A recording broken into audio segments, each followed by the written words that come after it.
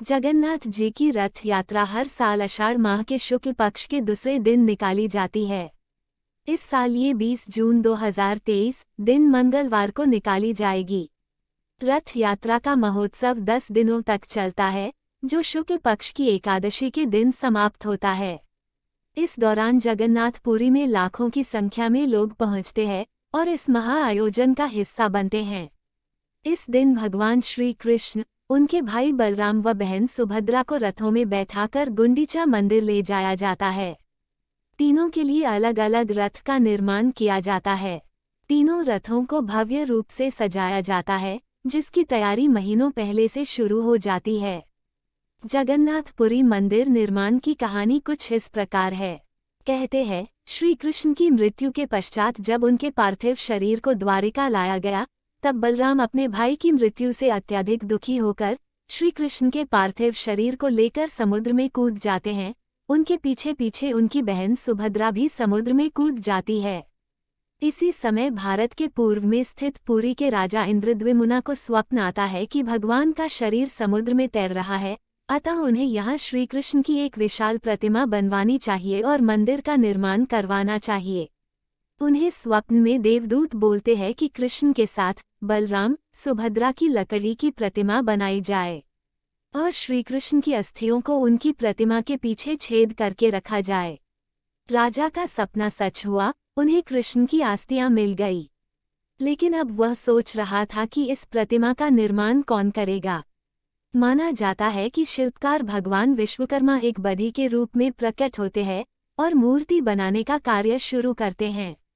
कार्य शुरू करने से पहले वे सभी से बोलते हैं कि उन्हें काम करते समय परेशान नहीं किया जाए, नहीं तो वे बीच में ही काम छोड़कर चले जाएंगे।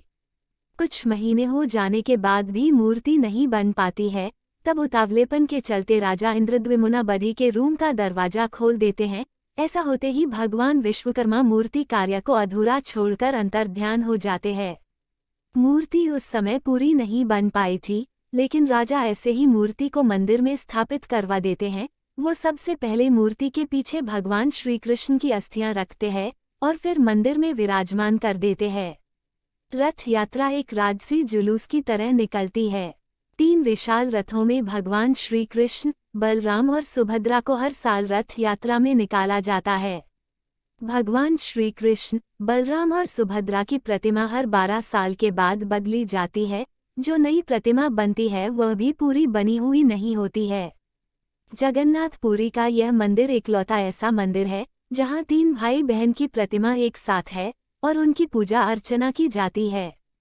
इस रथ यात्रा से जुड़ी बहुत सी मान्यताएं और कथाएं प्रचलित है, जिस कारण से इस महोत्सव का आयोजन होता है। उनमें से कुछ कथाएं मैं आप लोगों को सुना रही हूँ। कुछ लोगों का मानना है कि श्री कृष्ण की बहन सुभद्रा अपने मायके आती है और अपने भाइयों से नगर भ्रमण करने की इच्छा व्यक्त करती हैं। तब श्री कृष्ण बलराम और सुभद्रा के साथ रथ में सवार होकर नगर घूमने जाते हैं। इसी के बाद से रथ यात्रा का पर्व शुरू हुआ। इसके अलावा कहते हैं कि गुंडीचा मंदिर में स्थित देवी श्री कृष्ण की मौसी हैं, जो तीनों को अपने घर आने का निमंत्रण देती है। श्री कृष्ण, बलराम सुभद्रा के साथ अपनी मौसी के घर रथ पर सवार होकर जाते हैं और 10 दिनों तक वहीं रहते हैं। श्री कृष्ण के मामा कंस उन्हें मथुरा बुलाते हैं, इसके लिए कंस गोकुल में सारथी के साथ रथ भिजवाता है। कृष्ण अपने भाई बहन के साथ रथ में सवार होकर मथुरा आते हैं, जिसके बाद से रथ महायात्रा पर्व की शुरुआत हुई। कुछ लोगों का मानना है कि इस दिन श्री कृष्ण कंस का वध करके भाई बलराम और बहन सुभद्रा के साथ अपनी प्रजा को दर्शन देने के लिए मथुरा में रथ से भ्रमण करते हैं। इन सब के अलावे एक और प्रचलित कहानी है। कृष्ण की रानियां माता रोहिणी से उनकी रासलीला सुनाने को कहती हैं। माता रोहिणी को लगता है कि कृष्ण की गोपियों के साथ रासलीला के बारे सुभद्रा को नहीं सुनना चाहिए, इसलिए वो उसे कृष्ण, बलराम के साथ रथ यात्रा के लिए भेज देती हैं। तभी वहां नारद जी प्रकट होते हैं। तीनों को एक साथ देख वे प्रसन्नचित हो जाते हैं और प्रार्थना करते हैं कि इन तीनों के ऐसे ही दर्शन हर साल होते रहे। उनकी यह प्रार्थना सुन ली जाती है और रथ यात्रा के द्वारा इन तीनों के दर्शन सबको होते रहते हैं। जगन्नाथपुरी के रथ का निर्माण अक्षय तृतीया के दिन से शुरू हो जाता है। अक्षय तृतीया के महत्व के बारे में अधिक जानकारी के लिए डिस्क्रिप्शन में दिए गए लिंक पर क्लिक करके जानकारी प्राप्त कर सकते हैं। रथ को हर साल नए तरीके से बनाया जाता है। इसे बनाने में कई लोग लगते हैं। रथ तैयार हो जाने के उपरांत इसे भव्य रूप से सजाया भी जाता है। भगवान जगन्नाथ यानी श्री कृष्ण का रथ 45 फीट ऊंचा होता है। इसमें 16 पहिए होते हैं, जिसका व्यास 7 फीट का होता है। पूरे रथ को लाल व पीले कपड़ों से सजाया जाता है। इस रथ की रक्षा गरुड़ जी महाराज करते हैं। इस रथ को दारुका चलाता है। रथ में जो झंडा लहराता है उसे त्रैलोक्य मोहिनी कहते हैं। इसमें 4 घोड़े होते हैं। इस रथ में वर्षा, गोवर्धन, कृष्णा, नरसिंहा, राम, नारायण, त्रिविक्रम, हनुमान व रुद्र विराजमान रहते हैं।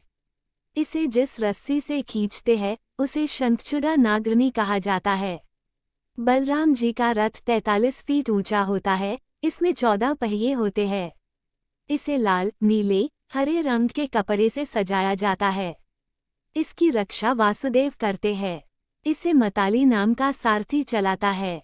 इसमें गणेश, कार्तिक, सर्वमंगला, प्रलंबरी, हटायुध्या, मृत्युंजय, नाताम्वारा, मुक्तेश्वर, शेषदेव विराजमान रहते हैं। इसमें जो झंडा लहराता है उसे उनानी कहते हैं। इसे जिस रस्सी से खींचा जाता है उसे बासुकी नागा कहते हैं।